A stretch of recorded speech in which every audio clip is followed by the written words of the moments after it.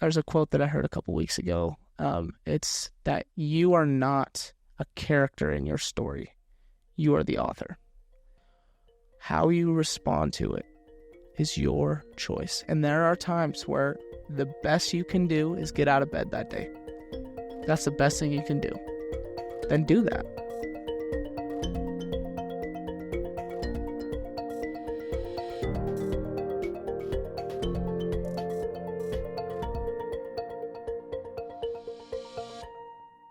Welcome to our podcast. This is Hearing the Unheard, Stories of Transformation. I'm your host, Eric Stauffer, and I am so excited to introduce you to our guest today, Jackson Bailey. Nice to meet you. It's good to be here. Welcome. We're so glad to have you. Why don't we start out by you just telling us a little bit about yourself and about your life. Where were you raised? Tell us about your family and so on. Yeah, so I grew up in a traditional, LDS family. I grew up in South Jordan. Big football fan, love sports, wrestling. I was a really hyperactive kid, kind of a little ADHD, so I was kind of all over the place, getting in trouble and, but pretty normal life. I just grew up loving sports. I played football in high school and all the way from like 9 to high school. I love football. I also wrestled in high school, so yeah, that's kind of what I did. I eat, breathe, and live football and sports and things like that. What position did you play? So I played lineman when I was little. I was a little bit heavier, but when I got into high school as a linebacker, yeah. So, oh, nice. And you went to Bingham High? I went to Bingham High. So I went to Bingham High my sophomore year, and then I knew a coach that got moved to Summit Academy High School. It's in Bluffdale. But yeah, me and my 3 best friends went over there and played football over there, and it ended up being really good. It was all state, and so we had a really fun time over there. It was a good time. That's great. So with your love of football, I'm sure that put a lot of hopes in your future and what you wanted to do. Tell us a little bit about that experience. I remember like at 9 years old, everyone would, they'd give you the little papers in class, be like, what do you want to be when you grow up? I'd be like, I'm going to be an NFL football player. That was my absolute goal. I remember I bought my first weight set when I was probably 12 years old. I saved up mowing lawns and bought like a little weight set and watched Ray Lewis videos all the time. That's what I was about. I wanted to play football. I wanted to play college football, and I wanted to play the NFL. So I kind of consumed my life. That's kind of all I did for, that period of time. So that's awesome. Yeah. So you're a gym rat from early on. Yep. I started lifting at probably 12. Yeah. That's cool. Haven't missed much, so. And if you're watching Ray Lewis, you embraced that linebacker role then, huh? Yeah, so there was a little 8-minute video. I mean, I'm sure you can find it on YouTube still, but it's called Ray Lewis Rise, and it was just Ray Lewis absolutely hitting people, and I would watch that before every game and be like, I'm going to be Ray Lewis today. So, yeah, I love that. Now, tell us how you found out about Paws Wellness. So I'm a student at Utah State, and Esther Lee, the head of the company, correct? She's one of our founders. Yep, she came into our class, or I guess she came over a video call, and she explained what Paws, this new company, was, and I was just fascinated because she talked about how it's combining mental health with spirituality, and I feel like it's 2 things. Like sitting in my social work classes, sometimes I feel awkward bringing up anything to do with spirituality and how it helps me with my mental health, because I feel like in the generation we live in now, it's like it has to be 2 separate things. And the big questions of spirituality, the why are we here, what's my purpose, where did I come from, those things are the things that really affect your mental health. Because if you understand why you're here, what you're doing, then that changes everything in a mental health aspect. So when I heard about the company, I reached out. I got her email from my teacher. I was like, I need to reach out to this lady. And texted her. I was like, what can I do? Can I meet with you? Can I learn more about your company? Can I come work for your company? Can I is there any way I can spread the news about this company? She talked a little bit about a missionary wellness program. So yeah, I was like, this is awesome. That's so great. Yeah, the Missionary Wellness Center that we have, that's the focus, is to try to help. There's so many mental health challenges along the way, from before mission to while you're a missionary to post-mission to different missionary experiences like the story that you'll share with us. But I'm so glad that you had that passion to get involved. So I'm assuming that's because there's experiences that you've had with mental health in your life. Yeah. Can we start pretty early? Yeah, so I would say the first time I started to experience mental health was when I was about 9. I loved football at the time, but I was a little overweight. My family ate at McDonald's a lot, you know. Yeah, it's good. But yeah, I was overweight when I was about 9, and I got bullied pretty bad. Like, I would get picked on for being heavier and stuff.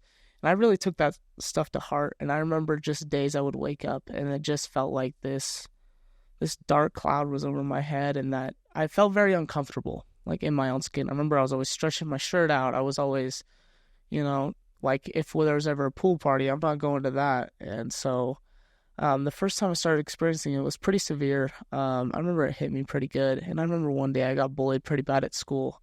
And I came home and I was like, I don't want to live anymore. I don't like who I am. I don't want to be bullied anymore. And I wrote a little note about it to my parents, and I was like, hey, I want to die. I don't want to do this anymore. And it was a topic that I was like, how are they going to take this? Because my dad's a pretty tough guy. Like, he's a very nice guy, but he's a construction worker, so they're tough. I was built on, if you fall down, you get up. If you got a finger broken, it's not a big deal. I remember one of my football games, I busted my thumb, and I came out, and I was like, oh, you better go in. Your dad's watching you. Like, you're not going to get out of here with just going out for a broken thumb. So that's kind of how I grew up.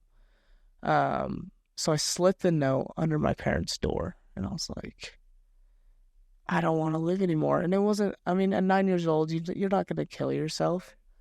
But it was just scary for them at 9 years old, struggling with such things. And my dad had already lost a brother growing up to suicide. So for him, I felt like it was a really big, like, a scare almost. They got me into talk to some mental health people, and like, so I had a big thing with when I was little is death. Like, death was very fascinating to me. I was always in the church. I was always scared to go to church because they would always talk about the second coming, and that scared me. I mean, I don't know if a lot of people can relate here, but the second coming really scared me. I was like, I hit my brother last week. I'm gonna light up in flames when Jesus comes back. Yeah. So, yeah, I had a really hard time with that, but I just remember this. That's kind of when it started, was when I was about 9. So you experienced this bullying, some self-image issues. You're facing some potential genetic dispositions for it, knowing that it's in your father's background. You're the nature of the culture that you're in with kind of a blue-collar type approach to life from your dad, and even, you know, the toughness of football and that environment. And you can see how a lot of these elements were combining for a perfect storm in your life with mental health. So how did your parents respond to the note?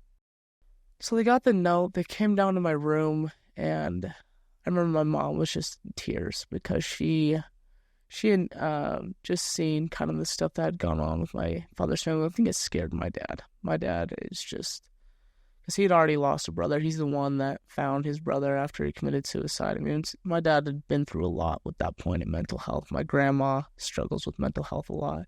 She's someone I actually talked to a lot and kind of learned a lot about kind of the stuff I was feeling. So she's been great for me to understand. But my parents were just scared that kind of trait could run through their son. So, yeah.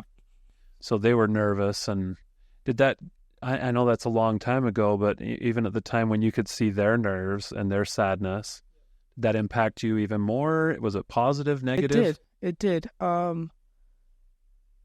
I think it was the first time, I mean, I knew my father loved me, right? He's a great dad. He was so fun to be around. I always wanted to throw the football with him. I wanted to learn how to build things like him, even though I'm not good at it. And I'm sure when he hears this, he'll be like, yeah, he doesn't know the difference from a drill and a, you know, so, but yeah, I always wanted to be like him, and their concern for it almost brought it to my attention, like, oh, this is a serious thing that they had dealt with, and I, at times it almost scared me, at later points in my life to bring up some of the thoughts I was having because I didn't want to trigger my father. I didn't want him to feel that fear. I didn't want to keep him up at night, with those kind of... So you almost wanted to protect his feelings, even though you were dealing with the internal pain yourself. Yeah. Yeah. See, I think we sometimes underestimate youth and how deep those feelings go, and their awareness, their ability to see how much it impacts other people and their orchestration of their own sometimes unhealthy ways of managing their own emotions, because they don't have enough experience or enough information on that. So do you feel like that kind of caused you to suppress, to protect your dad? It's hard for me to suppress my emotions fully. I wear my emotions on my sleeve. Like most people that have been around me, whether it's my mom or my fiance, they know. They can look into my eyes and they know what's going on. I think what I suppressed was kind of the darker things I was dealing with, the suicidal thoughts, just the scary things that would come into the brain where it's like, I don't feel safe with myself right now. Yeah. So then they got you involved with counseling. Yep. And then tell us a little more about the development of that through high school, et cetera. So I continued to kind of struggle a little bit with bullying, but I had a really good group of friends, so I had a fun childhood. But yeah, I did counseling for a little bit. They thought about getting me on medication. They ended up deciding we're not going to do it's hard to medicate a 9-year-old, And I do think there is a thing as such as over-medicating, just to kind of numb a feeling, and it kind of takes sometimes the kid out of the kid. But yeah, I was okay for the next couple of years, and then at 15, I hit another really rough point. My back had started to really start to bother me, and we couldn't figure out why. I went to see a doctor, and they took a couple x-rays, and he said, "Oh, your back is broken in 2 spots." And he's like, "You should never play football again. You should never." And that was my life. Every single moment I was in the front yard throwing a football, watching YouTube videos on football players. I was buying my own weight set at 12 years old with, mowing lawn money. Like, I was obsessed. Like, this was my thing. This is what I was going to do. And so, yeah, I think I hit a point when he said that where I was like, what am I? If I don't have football, who am I? What am I doing? So I took the year off football. They ended up finding out it was some type of weird thing with my discs, but they also figured out I had kyphosis, which is a form of scoliosis. So my back had started arching, like old people, they start to get a little hunchback. Well, mine started at 12 years old. So my back started forming. I would have aches. It would be hard for me to sit for a long time. I was always having to pop my back in class. But yeah, that became a real problem. And then I had gotten into a kind of romantic relationship at the time. And at the time, I was really struggling at home with a relationship with my father. We had started to argue a lot. I was pretty bullheaded. He's pretty bullheaded. And that created kind of huge problems. And my mom, bless her heart, but she was always there to protect me and save me. And I think that drove a wedge between my parents at times. But yeah, I was really struggling at home. And then, so I would kind of almost trauma dump on this person I had met and really cared for. And then at that time, she was just kind of like, I just want to be friends. I can't do this anymore. And for me, that was devastating. The world is over. I don't have football. I don't have my best friend that I really cared about and spent all my time with. I feel like my dad hates me. I feel like I can't do anything right. And I went down a dark hole. I remember we had an unfinished basement. I would spend most of my days down there in the dark, whether that was just lifting in the dark or sitting in the dark. And it got to a point where I was very suicidal. And kind of self-harming at times. The self-harm came in the fact I had a punching bag downstairs. And for me, it felt good to punch that punching bag until my hands bled. I was skipping school. I mean, everyone was really worried. It was pretty bad. I finally had gotten checked into a oh, I guess I got to go back a little bit. It had gotten bad enough one day where I came home. There's a bunch of pills in my my medicine cabinet, and I looked at them, and I was like, I'm done. So I took those pills. I sat there for a second. I was home alone, and I heard the garage door open, and I heard my two little brothers walk in, and my mom.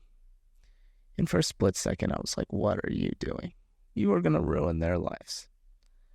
So I got up, I threw up all the pills, and I was just terrified. I didn't really say anything. I went down to my room. Next day I went to school, and these overwhelming feelings of like, did I throw them all up? Am I going to die in school right now? This was the first time I think I had a panic attack. I went into the bathroom, so I was freaking out at school lunch, and I passed out. I hit the floor, and for some reason my principal had walked by, and he needed to use the restroom, but he saw someone laying on the bathroom floor, so I kind of held his arm and walked down to the office, and they were like, what's going on? And I'm like, I can't breathe. I can't breathe. I feel like I'm going to pass out. And so I didn't really explain to them why I was freaking out. But my parents ended up, I went to the ER, and then they decided to take me to a mental hospital for 12 days when I was 15 in my freshman year. So you shared with them that there was a suicide attempt. You let them know what had happened? I still to this day, honestly, have never really said that I took the pills. I just said I was having really bad suicidal thoughts. But yeah, I had taken some pills. But I think me and my mom are so close. I mean, she is my absolute angel. So, but you were sharing with them like how I was you sharing were trying with them to, like you wanted to end your I life. want to die. I'm passing out at school. I've got no purpose. Football's gone. My best friend just moved. Like this girl that I was just absolutely adored just didn't want anything to do with me because I felt like I was a burden. I was done. Yeah. So you go and you get admitted to a mental health facility. Yep, uni. Yep, yeah. It's in Utah. It's how did that go for you? At first, it was just the lowest point of my life. I mean, I just sat there in the rooms. You get stripped of everything. They take your shoelaces. They take the drawstrings that were in my shorts. I didn't have my phone. I was in a place where, like, if you touched the curtains, they would just fall down. Like, so many suicide preventive measures. And then I saw the kids that were in there. And that was hard for me because I would watch them come in and their wrists are just cut from the top to the bottom. And we'd have group therapy, and I would hear about these stories. I'm like, oh my gosh, I am not the only one. And not only am I not the only one, I'm not even close to dealing with the problems that some of these kids have. Did you find that was helpful or discouraging for you? I think for me, I needed to leave society for a little bit. I needed a reset. So at that aspect, I think it was very good. Like a good dose of perspective. A good dose of perspective, a good dose of people caring about me. But it's hard. You're in there, and they're coming in every 15 minutes, shining a light in your eyes, making sure you're not trying to... it was scary. It was scary for me. Beds bolted down. Yeah, beds bolted down. I'd have mirrors, a piece of metal. Kids getting dragged into these padded rooms. Yep. Like it's a scary place, and it's not only a child facility, but upstairs is an adult facility. So I would go up to get lunch with everyone and then be supervised, and I would see these adults. I'm like, this is a huge problem. This is like a college size filled with people who don't want to live anymore. Did you find the facility helpful for you, other than the dose of perspective? I think over time. I think learning kind of what I had, learning the depression, learning them teaching me about coping skills, about breathing exercises, I would do this weird thing where I would grab an ice cube, and that helped me a lot because a lot of times when I get too overwhelmed, I'll disassociate, and like people can see it and they'll be like, Jackson, are you here? You know? Yeah. So I learned some helpful skills, but it also was a little bit traumatizing some of the things I did in there. Yep. Yeah. Yeah, I understand that completely. We, my personal stories, my daughter's been in the same situation, and so I have the perspective as a parent of dropping my child off at a inpatient care facility and seeing all those measures that they have to take for security and safety, and knowing what she was going to be exposed to. That we had tried to protect her life as much as we could from some of the outside influences, but now it was cold turkey, full exposure to drug use, rape. Yep. And I was hearing everything. Yeah, and from young 12-year-olds kids that had been through terrible things. Yeah. Yeah, and to see that exposure, but also at the same time, there was that factor of like perspective and what an education that was for her in such unfortunate means to have to face what she was going through. Yeah. And to know she wasn't alone. Yeah. She's not the only one feeling what she's feeling. That's the big problem with dealing with a lot of these things is you think that no one understands you. No one can ever understand you. And you can't explain it. And, but the truth is you can throw a rock to someone who understands you. Yeah. Right? Yeah. Did you feel like diagnosis was a big help, like being able to identify what it was you were experiencing? And I think it was good for me to have a name to something. Because I remember just like days where it just feels like, I'm sure everyone's has days like this, but for no good reason. It's not, hey, this happened or this happened. I just wake up and my head feels like there's a dark cloud over it, and I can't see straight. I can't do anything right. So it's different than a bad day. That's the thing I try to explain to people is it's not, hey, your boss yelled at you at work, you failed a test, your girlfriend broke up with you. It is like that feeling of that situation, waking up on a normal day. Yeah. Yeah.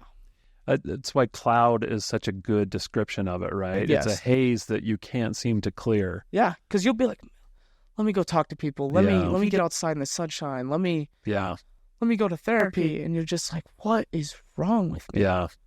And when it impacts your daily life and your way of living, that's when you know it's serious stuff. Yep. How did your parents handle the inpatient care facility experience of their son? They were a nervous wreck. I know they were. I just remember the tears as they would come in to visit me. I mean, it was Easter. I was locked in there for Easter. So they brought like a little Easter basket. And I know that must have been the hardest, especially for my dad, losing a brother already and fearing like his son was headed down the same road. So, I mean, they were very, very concerned. And I'm the lucky one that has parents that would do anything to help me. And I think at times bad things had to happen in people's lives to kind of open the door for them to see that. But yeah, no, there was a lot of concern. How about your siblings? How did they handle all that? Were they protected from it? Did they know what was happening? So my sister was really involved because we're in the same grade. Right? Yeah. So my sister sees me in the halls. We know the same people. We have the same friends. And she would know when I was leaving school because I would get these little panic things and I would run. There was a little bridge that crosses my middle school on the way home, and I would just sprint because I knew if I got over the bridge, the cops couldn't bring me back to school. Yeah. So my sister would know whether I was at school or not. So she was very scared. Like she was always like, if she couldn't find me for a minute, she'd be like, "Mom, where's Jackson? Where's Jackson? Where's Jackson?" So I think she wasn't sheltered from it, and it gave her a lot of fears, especially even now. Like she'll see me if I'm having a bad day, she'll be like, "Are you okay? Yeah. Are you okay? Yeah. Are you okay?" Even my mom, kind of the same thing. Just like if I feel a little off, yes, it's at times like, "Oh my gosh, I'm fine, guys." But at the end of the day, it comes out of a place of it's insane amount of love for a human. So yeah. Yeah, I'm so glad you identified that because families, like you mentioned your dad with his blue collar background and the impact that has on a child. He's a dad who loves his son and he wants what's best for his son and he's probably he's feeling like this will help him be resilient and be strong in the face of challenges in life. And for some dispositions or emotions, that can work really, really well for a child. Does. I mean, I would never sit on here and say, shame on you for being tough on me, because the world is tough. And the things my father taught me with the back surgeries and things I've had to go through, and I would not be here if I was not instilled with that toughness. But yes, it had its times of hardness. See, parents, they love their child. They want what's so best for them, but there's no way to anticipate what your child is coming from. There's no handbook that comes with a kid. Yeah. So let's move to football and high school and where that took you. Yeah. So football, I started out of Bingham, started lifting weights. I was a pretty built kid. I was a little heavy. I was like 205, but I just love football. I played fullback at the time for Bingham.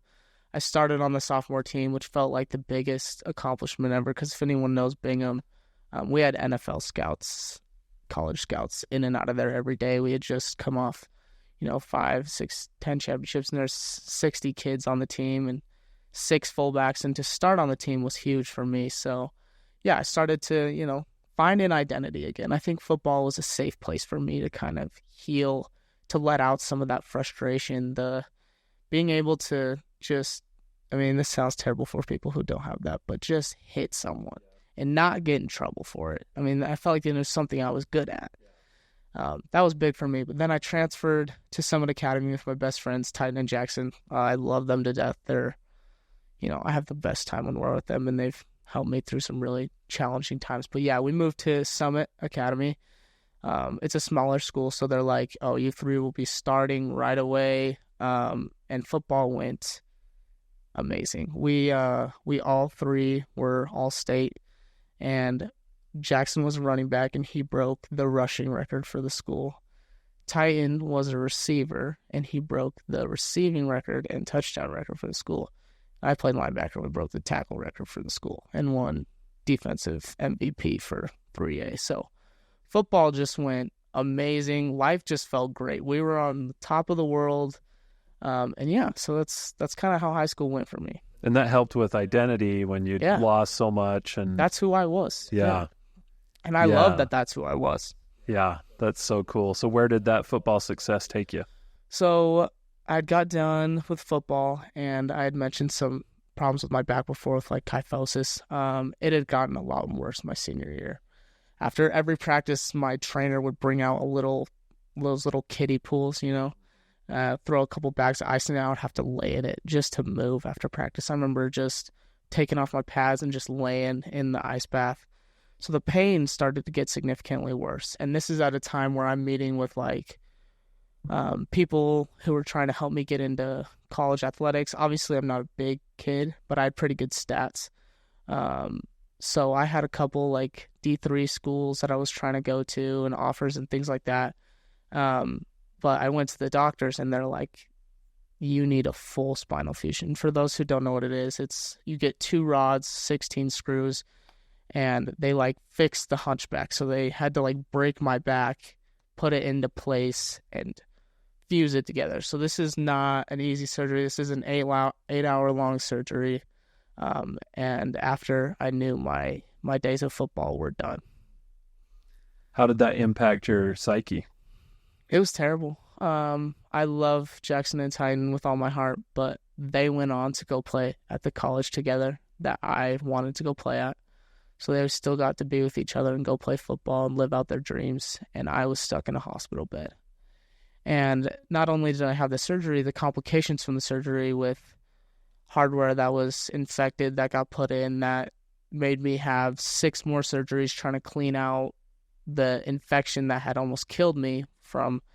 I was downstairs recovering from the surgery. I passed out. My mom had to run me to the ER, and I wake up 2 or 3 days later. Hey, you almost died. Your whole body was infected. You're septic. You need to be on all these pills. You're stuck in the hospital for the next who knows how long. So it felt like my life was just I was on the top of the world, and now I'm just on the bottom. So did you enter into some deep depression there? Yeah. And I think... Did the darkness come back? The darkness definitely came back. And just just trying to, because it's so hard, because I was on painkillers for 6 months. Every 6 hours, mom's waking me up. Here's your Percocet, your Vicodin, your Dilaudid, and those kind of things mess with your brain for those that haven't ever had painkillers. Did you feel like you had a reliance upon those, a dependency? So I was actually terrified of that. Were you? Because I loved how I felt. Yeah. When they would give me the Percocet, I was like, man. And I had like a morphine button in the hospital. I was like, give me more and give me more. And I think God definitely put something in my heart because he knows I have an addictive personality and was like, hey, you need this. So I remember way too early, I ended up dumping all the pills down the drain and just went with ibuprofen because I was so scared of getting hooked. I'd read these horror stories and I could tell like I'm liking this more and more and I'm not able to function without it. So, yeah. Wow, there's a little tender mercy in there, huh? That you were able to get that. Heavenly Father definitely warned me of something that I feel like now, after dealing with some more things, that would have been a serious problem for me. So you have this surgery, you feel like your football days are over. So what did you decide to do with your life because of that? So I get done with the surgery. I'm about 6 months out of the surgery, and I just decide I need to get out of here. My dad never went on mission. I guess he was the MTC, but him and my mom were in love. He was too afraid of losing my mom, got married. It ended up great. I don't have any older siblings that went on missions. I don't have any grandparents that went on missions. So it was never really something that was pushed in my family. Like, you need to go on a mission. So, but I ended up feeling strongly like, hey, I need to go on a mission. I just want to get out of here. I want to get out of watching my best friends live out my dream, being stuck at home. I just wanted to go do something with my life. So I put in my papers, got called to Minnesota. Yeah. So, did you serve you went to Provo for the MTC? Went to Provo for I guess it was like a week online and then 2 weeks in Provo. So, yeah. So was this pre-pandemic, post-pandemic? This is 2021. Okay. So after. Kind of after the pandemic, but still there. Kind of masks, 6 lockdown, feet. social distancing, those kinds of things. Did that impact your experience? So in Minnesota, the outskirts of Minnesota, a lot of farmland, a lot of farm people, definitely red, conservative, right? But where I served was Minneapolis for my whole mission. I was in one area, my whole mission. And it's a very liberal, very mask mandated, got shut down. A lot of the riots were there, yes, right? So I remember walking through the city and there was still cardboard on the things. Like, this was only 8 months after. So, yeah, Minneapolis was a rough spot for a mission because we didn't get to go out and track. I never tracked it one day in my mission. That's what I thought I was doing. Yeah. So instead of going on a traditional mission like I thought I was going to do, I was going to see all these people and help them with their yard work and change their lives. I ended up sitting 14 hours a day in a family center on Facebook, which for me, a person who's hyperactive, and it drove me nuts. So what did that do with, again, emotional health? So, yeah, I mean, emotional health, I think I was struggling because I should have waited. The doctors told me to wait a year to go out on my mission. So I was still dealing with a lot of back pain. I couldn't even sit during lessons. If they'd be over 30 minutes, I'd be standing like a weirdo in the corner. Or like personal study in the morning, I would have to lay flat on the floor. So I was really struggling with that, which I think affected my mental health. But what had started happening was this anxiety. And I'd felt depression before. I mean, I got nervous before games. I'd like throw up and stuff. But these panic attacks, that one panic attack that I had earlier in my life, these started happening every single day. And it was over weird things. It was like, what's my family doing right now? Is someone going to get hurt? Am I going to die from this infection that could still be in me? A big thing for me is I was like terrified of losing my hair. It was something that came up on my mission, and it was so rational, but I was so embarrassed of it that anxiety grew and grew. And I would go into the bathroom. I would just go into the bathroom because I was too ashamed to tell anyone what was going on, and I would pass out. I didn't want to pass out in front of anyone, so I would lay down in the bathtub, make sure no one heard me fall, and I would pass out, wake up, try and get some cold water on my face and just try and keep going. And this came to a point where it was like, I can't function, and I am not one to quit anything. I was taught at a young age, you start something, you finish it. So for me, this time, I was just like, what? I can't keep going. And it had gotten to a point where I was passing out every day. I was ineffective as a missionary. From the start, I was very effective as a missionary, and it had gotten to a point where I was just not there. Before we get to the point of you then telling someone, let's talk a little bit about why did you feel you couldn't tell someone? What was it about either the environment or the expectations or the social assumptions you were making? Why is it that that was so difficult for you that you wanted to keep it to yourself? I was embarrassed because you're taught on a mission that you put yourself behind, right? You put God first, which is, I am not knocking that principle at all because that is so important. But I felt selfish, and I had tried to get those feelings and thoughts out of my head. I wanted to be all about God. I wanted to, in the scriptures where it says, don't think about what you eat or drink. Just focus on the Lord's work. And I wanted to focus on the Lord's work. And having these internal things, I was like, what, how am I supposed to do? So I hid it. I was embarrassed. I was like, what are you going to tell someone that you're afraid of losing your hair? But they didn't know. I was so scared, and these anxieties that come, I was passing out daily. So you're embarrassed to tell your companion, your mission president, the people back at home. And anyone that knows about anxiety, the more you let it sit inside and just take over, the stronger this feeling gets. So that's kind of what happened. Yeah, the thing I've learned about it through our family experiences with it is the only way out is through. Yep. I love that quote. Love that. So the more we hide from going through or we back away from going through, it just permeates and gets worse and worse and worse. That's exactly what happened to me. Man. So then you find that you're at a place where you're not functioning at all. Not functioning. So what did you do about it? I'd spoken to my mission president. I was like, I can't do this. I'm passing out every day. And I'd be like, just give me 2 more weeks. Just give me 2 more weeks. Just please, just give me 2 more weeks. I'm gonna fix this. I'm gonna grind my way through it. I'm gonna, that's my mentality. If something's hard, you put your head down and go harder at it. And the only way is through, right? But the problem was, on a mission, you don't have the resources. I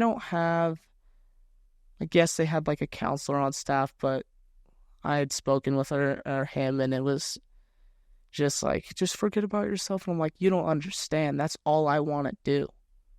That's all I want to do. That's what I came here to do. I'm serving the Lord, and I'm begging him to just let me serve him, and I still can't get that. And for that created almost an anger with me, because I'm like, I'm out here trying to serve the Lord, doing something I didn't want to do in the first place. It was not something I wanted to do. I had always been the kid that everyone was like, oh, serve a mission. I'm like, I'm going to be playing football. I will touch people from there, but I don't want to serve a mission. So for me, I had put a lot of things to the side, and I was out here serving the Lord, and I couldn't understand why these feelings wouldn't stop. Yeah, because you assumed that faith and that sacrifice was going to bring the miracle that you needed. Exactly. I was just waiting to be healed every day. I'm like, I'll get a blessing from my companion. I'll be good. We'll be good. This is going to pass. Yeah. So was your anger with just the situation, or was your anger directed directly at God? Both. Yeah. Both. Then did you, because you recognize you're angry at God, did that cause you more problems? Yeah. It's hard to teach people about love and about sacrifice when you're just inside, like, you're trying to tell people who are going through struggles, like, if you trust in God, he'll take care of you. Everything will work out. When inside I was like, that's not how this is working right now. Yeah. Oh, man. So tell us what you ended up doing because of it. So I finally had sat down. I mean, I'm praying all the time about what to do. I'd sat down in the bathroom, I got on my knees, and I said, Heavenly Father, what do you want me to do? And this is the first time in my life I feel like I heard God. He said, Jackson, I will be with you either way. And that quote was so powerful for me because I felt like if I went home, I was going to be punished. I was going to be ridiculed. And so I finally decided I'm going home. I need to get help. I need to get my life back on track. My back is still a huge problem. I'm not healthy physically. I'm not healthy mentally. But yeah, so I ended up calling my mission president. I was like, hey, it's time. Time to go. How did he respond? Lovingly. Yeah. I think, this guy's a very spiritual guy and someone, but me and him had almost different views with a lot of things. Like there was a lot of things that I felt like were nitpicked, like what kind of socks we wore and what kind of like things where I felt we needed to focus more on what was going on instead of the little things. Not that the little things are important because I totally understand that, but yeah, no, he was supported, but he's like, oh, we're gonna see you back here. We're gonna see you back here. You're gonna come back and get help. And you're gonna come back. So you go home, but there's almost this expectation of return. Yep. And how did that impact the experience of going home and not knowing what recovery would even be for you? So yeah, I went home. I met with an anxiety clinic where they kind of had me face some of my fears. It's called exposure therapy. What exposure therapy is, it's just like whatever you're afraid of, they kind of put you exactly. So if you're like, a lot of kids would like struggle with like OCD and they would struggle with like touching things that they felt like were dirty and had to wash their hands. So they almost make you like do whatever you're scared of. So for me, they'd put me through exposure therapy of like, okay, look at this picture of this bald person, that's going to be you. You're losing your hair right now. What's going to happen? And so that kind of happened, and I went back to the doctor, was trying to figure out my back. But yeah, at that time, this was the most difficult time of my life, by far. I was so embarrassed. I felt like I had quit. I had let everyone down. There was multiple people before my mission that said, yeah, you're not the missionary type. You're going to be home. And so you feel like you had fulfilled your critics? Fulfilled their critics. I remember people would come up to the door to like say hi, and I would hop behind the couch. I didn't tell anyone I was home. And I was in a dark place. So what helped? Time. I think that's a hard thing for people to hear, but time. I'd gotten to a point where I was self-harming a lot. I'd started cutting my legs.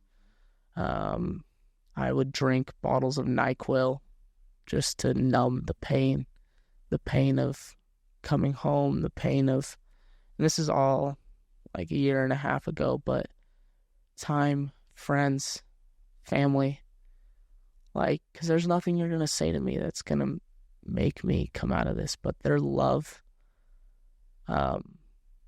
things like that. And just, I kind of have learned myself now. I know what I have to do every day. I'm an anxious person. I'm a depressed person, but I wake up every day. I need social interaction. I need to get my body moving. I lift pretty extensively, and people are like, oh, you shouldn't be lifting with your back. You shouldn't, and I'm like, this is how I stay healthy. This is not for my body. This is for my mind. And I think God created us as humans to move. We are not meant to be sitting at a desk 18 hours eating junk. So, yeah. What's really interesting too is that I've noticed with any mental health challenge, it has a physiological response. So our bodies experience some kind of physical reaction to what we're emotionally experiencing or mentally experiencing. And so it makes so much sense to counteract that with physical movement and using the body for its own healing. I'm a big advocate of it. I mean, I think when you put yourself through a 45-minute intense workout, I mean, people sit on their phones in between sets and stuff, right. But if you're working, like for me, that anxiety rushes through my body. Yeah. That it almost burns me out in a sense because I'm hyperactive. Yeah. I'm an overthinker. I'm overdoing this. And then just people who I love, like my mother and my fiance, like those are two people that I am never saying to anyone that you should expect anyone to heal you. Yeah. To become your therapist, because that will strain your relationship. That's right. But just to have someone, like I come home and I cry and I had a bad day, and I can count on that person. Yeah. I can Yeah, count on we learned that it was more about, it wasn't about trying to rescue our daughter from what she was doing, but go with her on the ride to just know that you're there with her.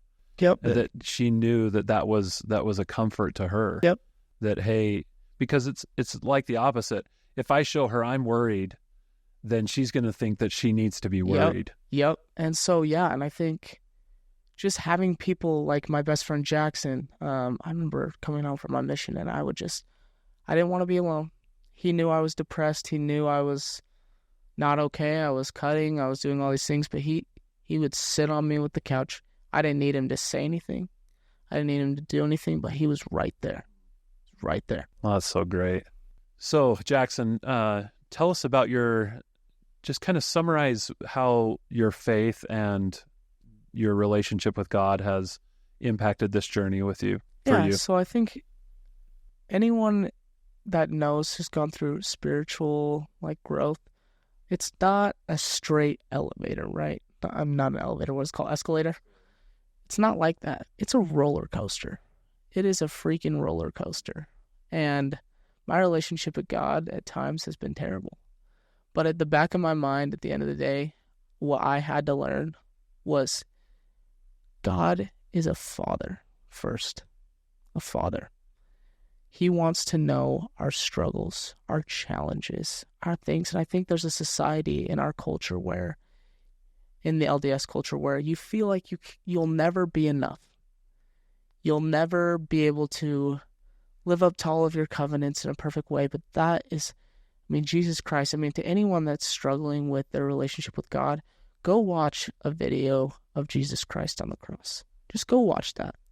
And then imagine that, him doing that. Every pain you felt in your life, that's for you. That is for you. And that God personally hears you and cares about you. And doing the daily things.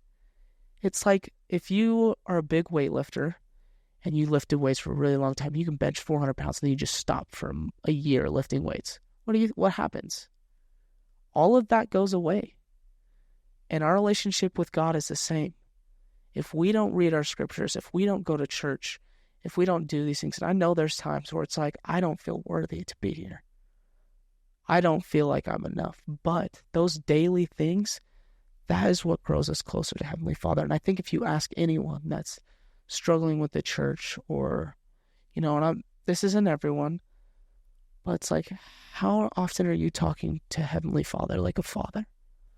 Yeah, I think that oftentimes with just those simple practices of prayer and scripture study or church attendance or something like that, we see them as measures of worthiness or something like a weapon we hit with each other. Yeah, you got to hit up here to get the celestial kingdom, right? When in reality, the reason we're reminded so much of those things is because there's history that shows how beneficial and healthy it is for our spiritual progression. Exactly. So it's not meant to make us feel shame if we're failing at it, but it's a resource that's sitting there available for us to give us strength and comfort. And that's the devil, yeah. Right?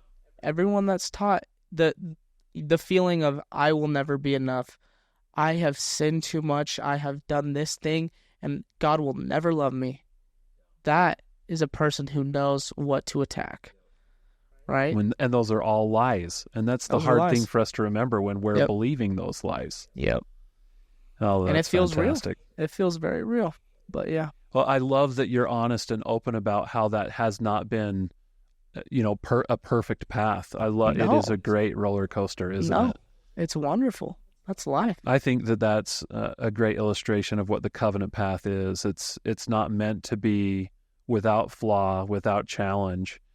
It is a learning process, much like you've mentioned so much about lifting weights and how we have to consistently grow. And yeah, it's every day. Yeah, that's fantastic. First of all, thank you so much for being willing to share your story and to be so vulnerable about it. What do you hope that your story of transformation and these efforts to kind of smash the stigma, what do you hope that your story can do for others? I think that what I would want anyone to know is that you're not alone, that at times you can get diagnosed and people turn that as that's who I am. I have depression, so that's who I have to be, that's who I have to act like. That's the box that is set for me because people who have depression fit in this box. But I think there's a quote that I heard a couple weeks ago. It's that you are not a character in your story. You are the author. And I think, yes, I am not downplaying the seriousness of having depression, anxiety. How you respond to it is your choice. And there are times where the best you can do is get out of bed that day. That's the best thing you can do. Then do that. But if you rely on motivation and how you feel all the time, I promise you, you will be at the same spot forever. You have to develop a sense of discipline in your life where it's, yes, I'm depressed, yes, I'm anxious, but I'm going to get up and do these things anyway. And I promise that as you do that day after day, it's like scratching and clawing out of hell. It's not just being pushed in an elevator and we're out of it. It's not a one-time thing either. This is something you need to do every day. But you are the author, not a character. That's what I would say. That's such a profound principle. Thank you so much, Jackson. Yeah. I've been inspired by your story, and I feel a lot of compassion for what you've been through and what your family has been through. Yeah. And I wish you all the very best, and I just know you're going to bless a lot of lives by sharing your story and help to smash the stigma. Yeah. But thank you so much. Thanks for your time. Thanks for having me. Yeah.